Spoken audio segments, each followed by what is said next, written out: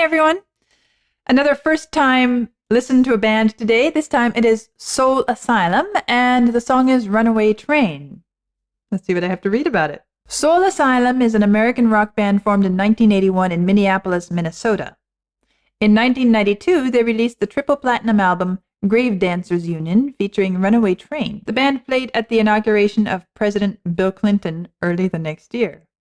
Well, they must have been pretty popular, or else Bill Clinton really liked them and maybe was an early fan. Who knows? Runaway Train became a success around the world, reaching numbers 5 and 4 on the US Billboard Hot 100 and Cashbox Top 100, and climbing to the top position on the Canadian RPM 100 Hit Tracks chart. The single earned a gold sales certification from the Recording Industry Association of America after selling 600,000 copies in the US. Outside North America, it reached number 2 in New Zealand, Norway, Sweden, and Switzerland, and peaked within the top 5 on the charts on several other European countries. Runaway Train helped bring the album to a multi-platinum level and won a Grammy Award for Best Rock Song in 1994. Okay, so it was a pretty popular song. Maybe that had something to do with them getting to play at Clinton's inauguration, but kind of cool, huh?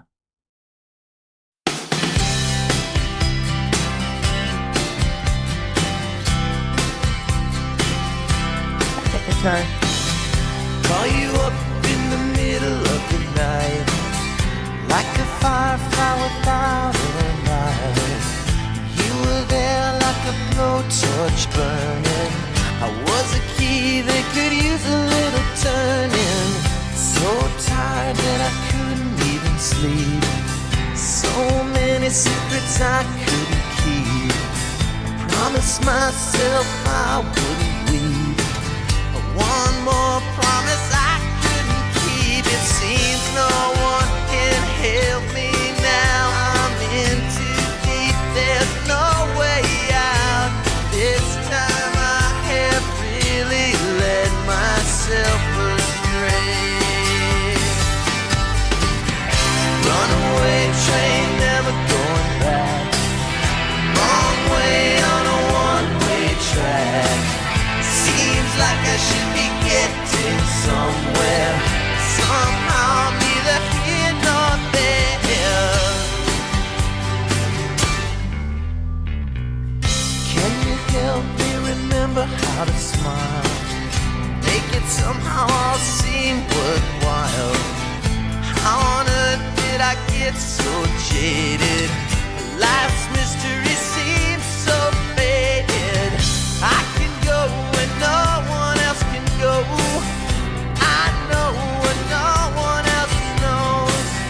Here I am, just a drowning human brain, with a ticket for a runaway train, and everything seems cut and dry. Day and night, earth and sky. Somehow I just don't believe it. Runaway train, never going back. Wrong way on a one-way track. Seems like I should be getting somewhere. Somehow I'm neither here nor there. So I'm listening to this piece, and there are a couple things going through my mind as I'm listening. First of all, okay, Runaway Train. The piece never stops. I was listening thinking, okay, we're at the end of a verse, maybe I should stop here. But no, it felt like it should keep chugging along, so I let it go another verse. Should I stop here? Let's listen and see what goes a little further. And it's interesting because it doesn't really have an instrumental sound that I would say really makes me think of a train moving down the tracks. But at the same time, it has this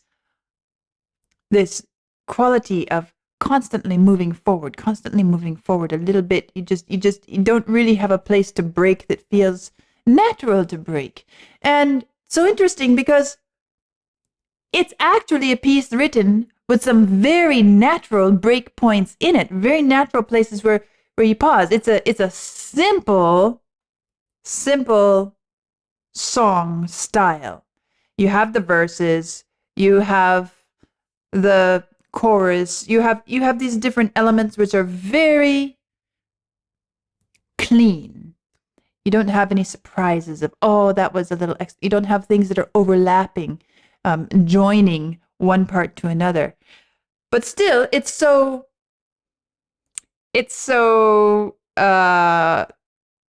consistent. It doesn't like the consistency to be interrupted, if I can put it that way. To interrupt it means to break this feeling of just moving along, which is kind of works well with the title, Runaway Train. You just can't quite put the brakes on enough to bring it to a stop. The other thing I notice is that, back to the simplicity of the song, the harmonies are incredibly simple, very straightforward. So are the rhythms. So is the melodic material. Every element within this song is very basic and very simple, which means that it's an easy one to catch on to.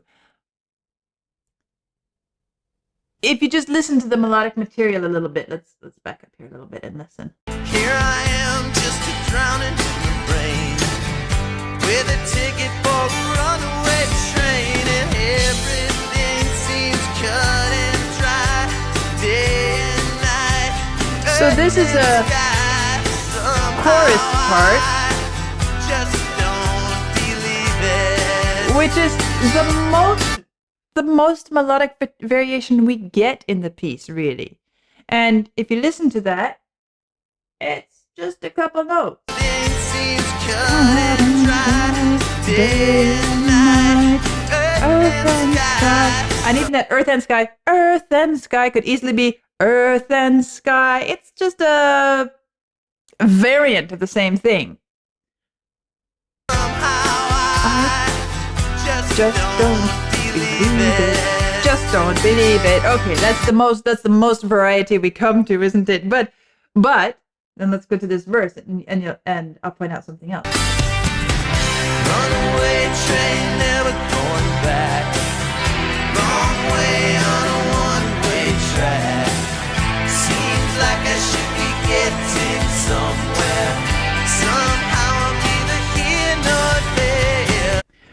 So did you notice? Runaway train, never going back. Wrong way train, a one-way track. Seems like I should be getting somewhere. Somehow I'm neither here nor there. Okay, now let's back up and listen. Again. Seems cut and dry, day and night, earth and sky.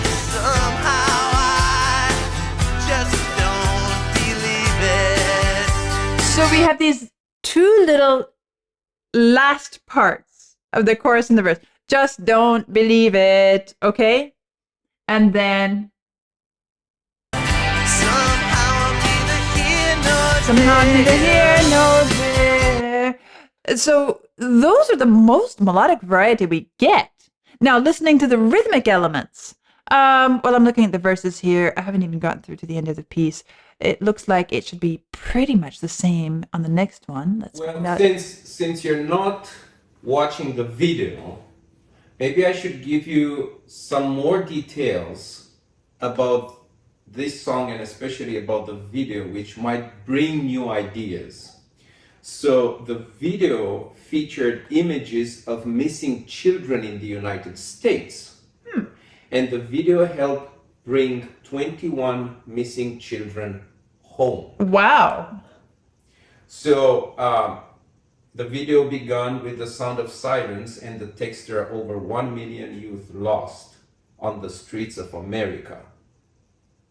And that was that was the result.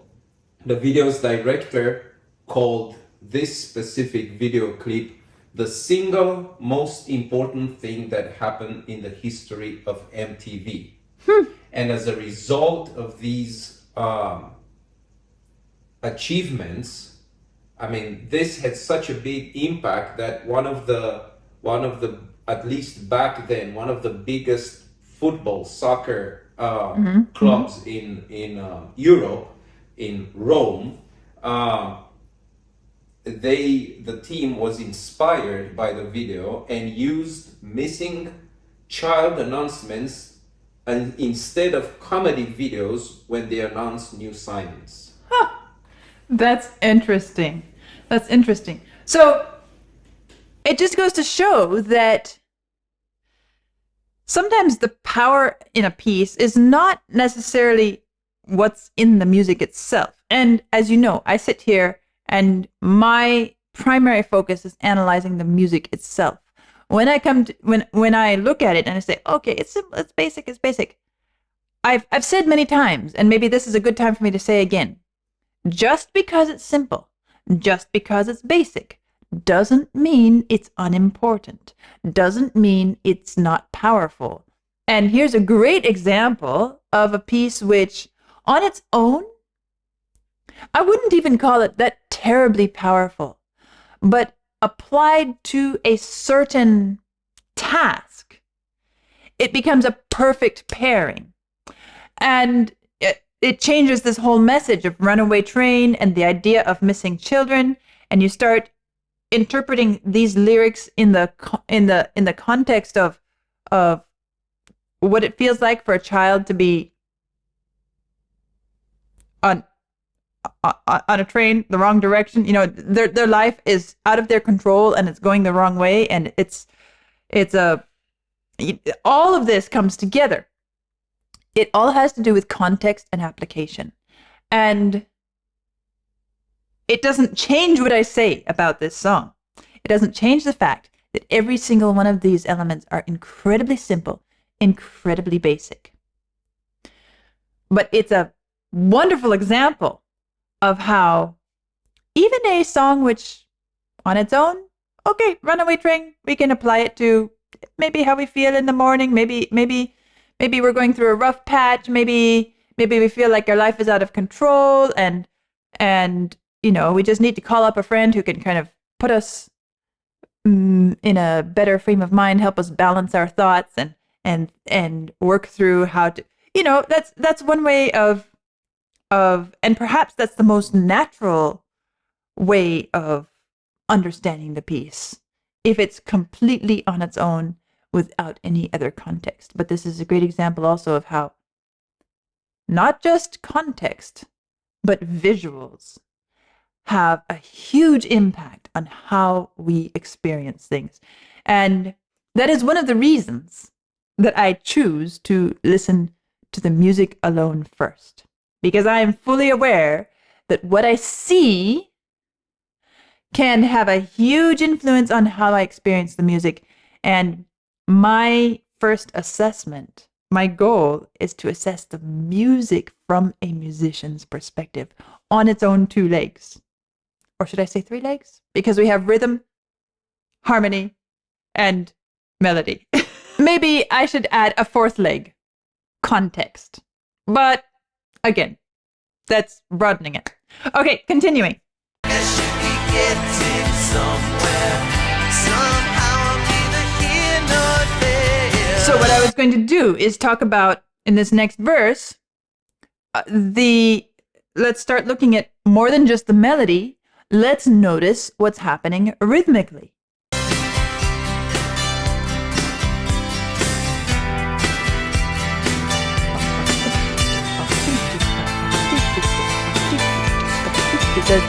The drums are kind of one of the things that makes it chug along. And everything else just falls in around there. There's nothing really, there's no great tug of war, there's no strong tension. Bought a ticket for a runaway train. Okay, here is a textural Little out of touch, little insane. difference. Just One of the first things where this music is different. Train never going back. Wrong way on a one-way track. But regardless, Seems like I should whether it's texture and how thick the music is, or where the melody is, doesn't matter what's happening. The rhythm is continuing. And the same thing with the harmonies. As we listen to the end, you'll notice the harmonies are also very, very simple and basic.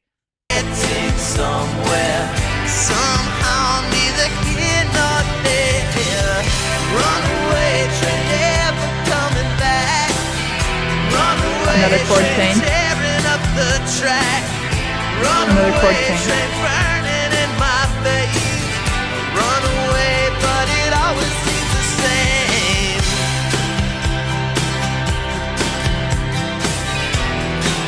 Simple chords, one here, one there.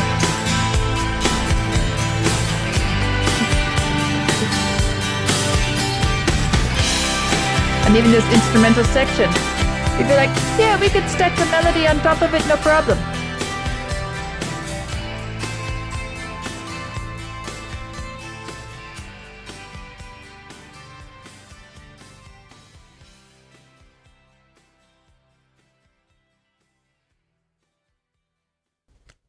And so we get to the end, and we think, okay, nice little song, isn't it?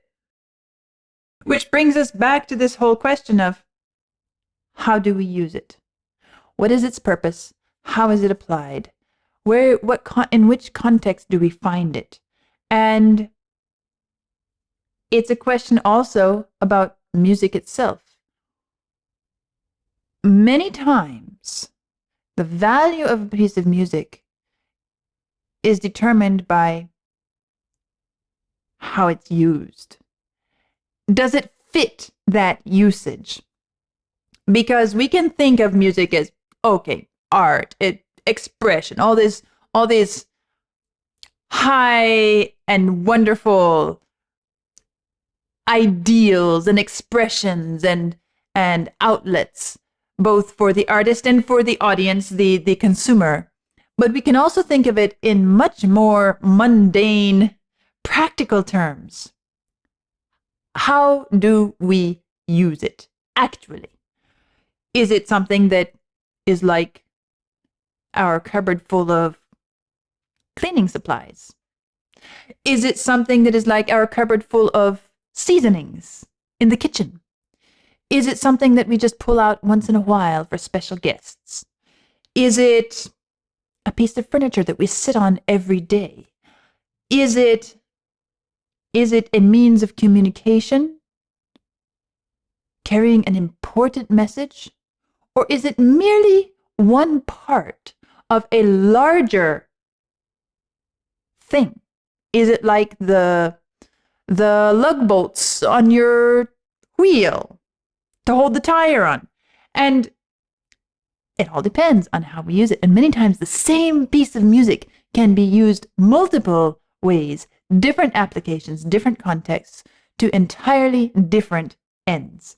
This is a great example of that. Now that I have a bit more of that information about how it was used, what a fabulous, incredible use. And I can hear how this, the very ordinariness of it, the very simplicity of it, the very predictability of it is perfect for that application. And, well, the story tells the rest of the story. I mean, that was an incredible outcome, and maybe we should have a bit more of those kinds of efforts continuing. And not just for missing children, for other unsolved or potentially seemingly unsolvable difficulties that people face in their lives. How can music be put to work for them? What a great thing to explore. And I would be really curious to know how many of you have experienced music as a tool, as a useful item in your lives. Not just pleasant or therapeutic, but actually functionally achieving something.